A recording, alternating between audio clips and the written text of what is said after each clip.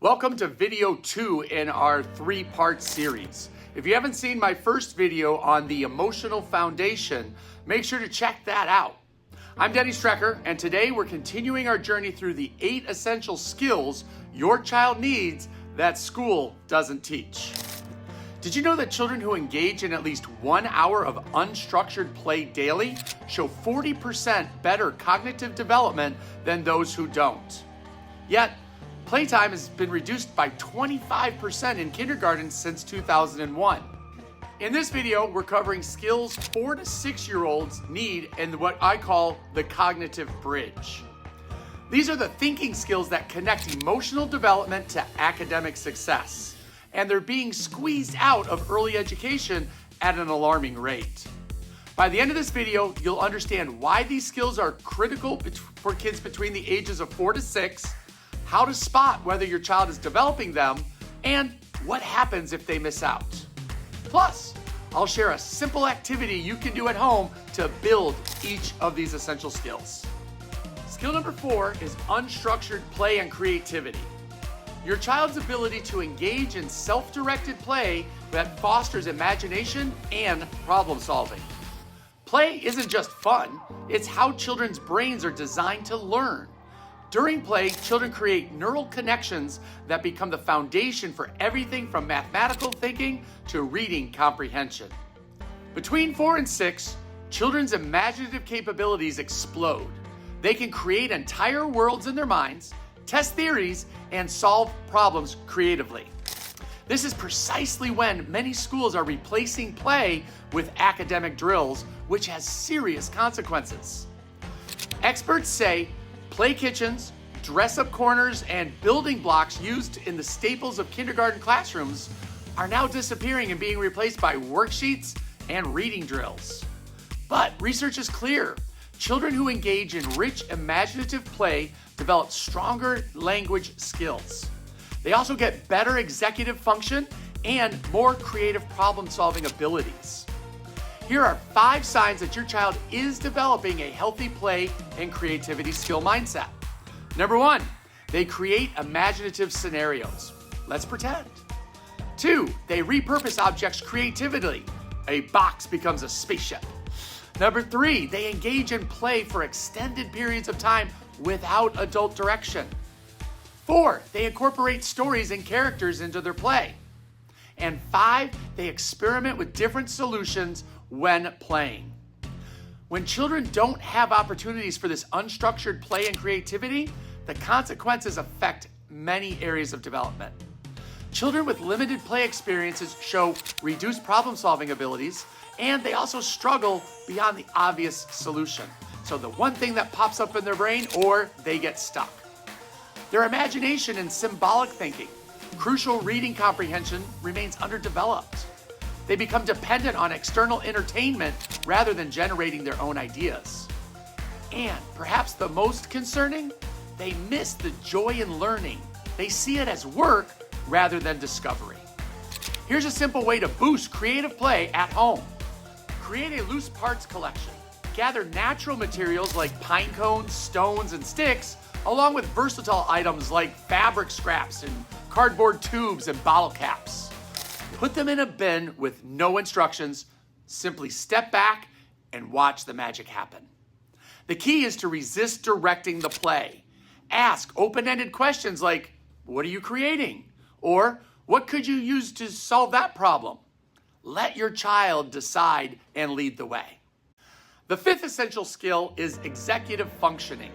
Your child's ability to plan, focus attention, remember instructions, and juggle multiple tasks. Think of executive function as the air traffic controller for your brain. It's what allows your child to hold information in mind, filter out distractions, and adjust when plans need to be changed. These skills are actually more predictive of academic success than IQ. Between 4 and 6, executive function develops rapidly. Children grow from needing constant reminders to being able to remember multi-step instructions. They begin to plan ahead and control impulses. But these skills need the right environment to develop, one that provides both structure and age-appropriate challenges. One neuropsychologist said, executive function has both cognitive and emotional dimensions. Children need opportunities to practice these skills through activities that engage their interest and gradually increase in complexity. Unfortunately, many early education environments either provide too much structure, doing the executive work for the child, or too little guidance, overwhelming them with developing systems. Here are 5 signs that your child is developing a healthy executive functioning mind. Number 1, they can follow 2 or 3-step instructions without reminders. 2, they're beginning to plan simple sequences of activities. 3, they can transition between activities with fewer prompts. 4, they're starting to organize their belongings. And 5, they can resist some impulses and wait for short periods of time. For example, you might say to your child, I love how you remembered all 3 things you needed for this art project, and you're planning what colors to use first. You're using that brain control center. When executive function doesn't develop properly, children face significant challenge that often get misinterpreted. Children with poor executive function are often labeled as disorganized, unmotivated, or not listening. They struggle to follow directions, keep track of all of their belongings, and complete multi-step tasks. They have difficulty transitioning between activities and may act impulsively. Most importantly, these challenges affect nearly every aspect of school performance. Here's a powerful way to build executive function at home. Play games that exercise the brain's control center. Games like Simon Says, Red Light, Green Light, or Freeze Dance. Each build impulse control. Or card games like Go Fish, strengthen working memory. And simple cooking projects develop planning and sequencing skills. The key is to make it playful, not pressured. Gradually increase the challenge as your child masters each level. Our 6th essential skill is practical life skills and independence. Your child's ability to take care of themselves and contribute to their environment. While schools focus on academics, they often overlook the profound impact of simple self-care and contribution skills. These activities not only build confidence and competence, but also develop fine motor coordination that's essential for writing. Between 4 and 6, children have a natural drive for independence. They want to do things all by themselves. This developmental window is perfect for learning self-care routines, simple household tasks, and basic responsibility. We build a foundation of lifelong confidence and capabilities when we support this drive rather than rushing children through each of these tasks. Maria Montessori observed that children between 4 and 6 are in a sensitive period for practical life skills. They're naturally motivated to master these tasks, and doing so gives them a sense of pride and belonging. When we rush them to do everything for the first time, we actually undermine that development. Here are 5 signs that your child is developing a healthy independence and practical life skills. Number 1, they can dress themselves with minimal assistance. Number 2, they're learning to prepare simple snacks. 3, they take pride in completing small chores. 4, they can follow simple routines with visual reminders. And 5, they're beginning to solve practical problems independently.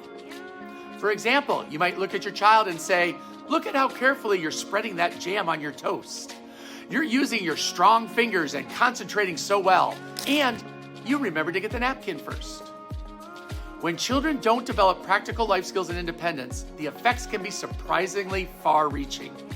Children who haven't developed age-appropriate independence often become overly dependent on adults for tasks that they could manage themselves. This undermines their confidence and sense of capability. They miss opportunities to develop fine motor skills needed for writing and other academic tasks. They struggle with transitions to school environments where self-care is expected. And perhaps most importantly, they don't develop the sense of contribution and responsibility that builds self-worth. Here's a simple way that you can build independence at home. Create an I Can Do It chart with photos of your child completing age-appropriate tasks like putting away toys, helping set the table, or hanging up their coat. Add new skills gradually, breaking them down into manageable steps. The secret is to make time for these skills. Yes, it's faster if you do it, but the investment in your child's independence pays enormous dividends when you develop the skills with them. So, there are 3 essential cognitive bridge functions for 4 to 6-year-olds that they need to have that schools aren't adequately teaching. Unstructured play, creativity, executive functioning and practical life skills, and independence. These skills form the cognitive bridge between emotional development and academic success. They're being squeezed out of many early education programs, but you can nurture them at home with simple, everyday activities. In our final video in this series, we'll cover the self-mastery path, the last 2 essential skills that children need to develop during these crucial years.